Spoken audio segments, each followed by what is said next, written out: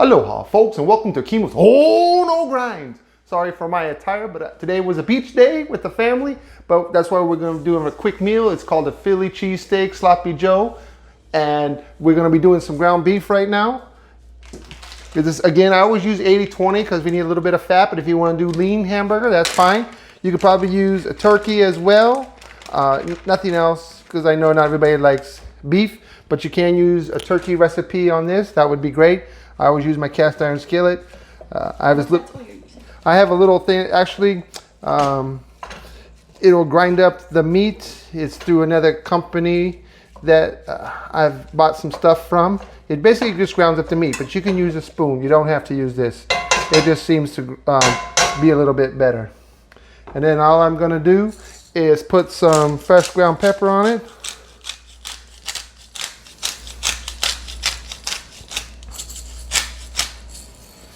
And a little bit of salt, not too much. Like always, this is Hawaiian sea salt. And we're just gonna get this brown. It's probably gonna take 8 to 10 minutes because I have an electric stove and it usually takes a little bit longer than gas. So, but come back and we'll finish up the recipe. Aloha.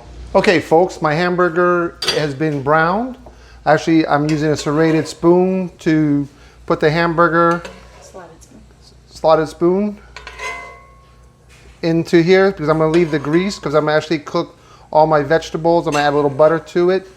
This is why I kind of use the 80-20. That way the flavor of the hamburger is in here. You know, wherever you get your hamburger. And if you live on a farm, obviously you would probably butcher your own. But, you know, I haven't done that part yet. And you can even leave a little bit of hamburgers. You're not going to be able to get it all. Because you don't want to make this too greasy, or oily I should say. And I just add, see there's not that much fat in there right now, but I do add a little bit of butter, and just for maybe 1 to 2 tablespoons. Yeah, probably about 2 tablespoons is good. So, and then the vegetables that take the longest cooking, I put in first. That's usually the bell pepper. I just put it in here, cook it for a few minutes, and you're basically getting the, you know, this. If you ever had a Philly cheesesteak, this is the ingredients that you would go. But obviously they use prime rib or better cut of steak is really thinly sliced. But we're doing like a sloppy joe here, so just get a little bit of that. Get this going a little bit farther. Add, these are Spanish onions or yellow onions. I just cube them, however you cut them, as long as they're not too small. You need a little bit of texture to them. And maybe we'll show you, I know there's 50 million videos out there, how you cut onions, but however you cut onions is fine, because I work with chefs as well in the past, and they always complain that I didn't cut the onions correctly. But you know, it is what it is. So that's the onions and the bell peppers, and I still have to put a little bit of mushrooms in it. And what we're gonna do is this, just get it going. I've already bought them pre-cut. If you wanna cut them, you can. That's fine. I add a little bit of fresh ground pepper, not too much. Because I have a wife that's a super taster. At least that's what she keeps telling me. A little bit of salt. And mix it up. And you basically want to cook these to the thoroughly cooked. The mushrooms are a little darker. If you have to add a little bit more fat, just add a little bit of vegetable oil. But you kind of have to go through that. We'll come back and I'll show you the finished product. And we'll see you in a few minutes. Okay folks, my bell peppers, my onions, and my mushrooms are all cooked, as you can tell. They have a little bit of caramelization on them as well. And then I'm gonna dump in the hamburger again, because actually I'm gonna make a roux, but we're gonna do this part first. And I'm gonna put all the other ingredients in for our Philly cheesesteak sloppy joes. So that's it for that. And we're just gonna incorporate everything and we bring the hamburger back to room temperature a little bit. So, and we're actually going to be serving fries with this. You don't have to do the fries, you can just do this. I think your kids will love this. Something different.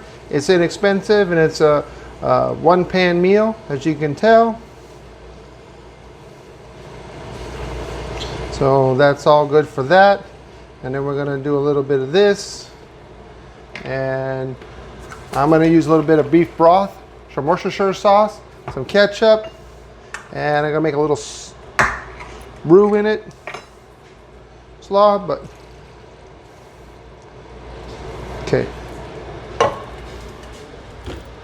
Ketchup, maybe 2 teaspoons or a tablespoon. You don't have to do ketchup if you don't want to. Just gives it that little bit of extra. Something, something. A little bit of Worcestershire sauce. Sorry for the reach. So just a little bit of that. And if you don't like Worcestershire sauce, you don't have to use that. So, and you're gonna stir this up a little bit. Get it incorporated.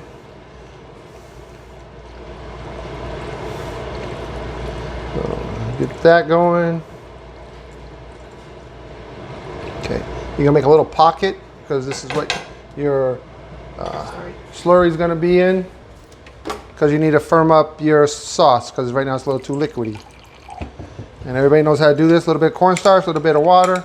Stir it up. So this is what it looks like.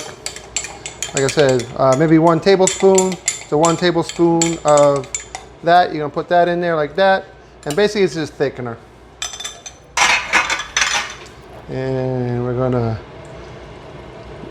cook it a little bit because I need to get this a lot thicker. Because I got cheese coming too. So this should take about a minute to get going. Okay. Okay, folks. My Sloppy Joe, Philly cheesesteak Sloppy Joe is all nice and bubbling, and it's gotten a little thicker, the sauce, like it's supposed to, as you can tell. And then I'm gonna add the mozzarella. You're supposed to add provolone, but they don't have grated provolone, at least where I live. So I use mozzarella. So any kind of white cheese, other than Parmesan, of course, you know, you just put it in there like that, and you want it. So obviously a big clump, but that's okay, you know. So just do this, you know, stir it up a little bit, and then, you know, you do that, and you have. Or you could put cheese slices instead of protein. Yes, you could put cheese slices as well as provolone if you can find provolone, a good cheese. That is always best. You know, your ingredients, you want to get the best ones you can afford or get where you live. Because I know some things are really expensive just because they fancy. And this is what your Philly cheesesteak sandwich, Sloppy Joe, loose meat, whatever you want to call it, will look like when it's done. You want to melt the cheese, stir it around, make it look pretty. And this is my interpretation of a Philly cheesesteak. So hopefully you enjoy it. The recipe will be on our site, just like always. We look forward to seeing you again. Aloha from Kimo's Own on Grind. Aloha, folks. Like this video and subscribe to my channel for notifications. Aloha.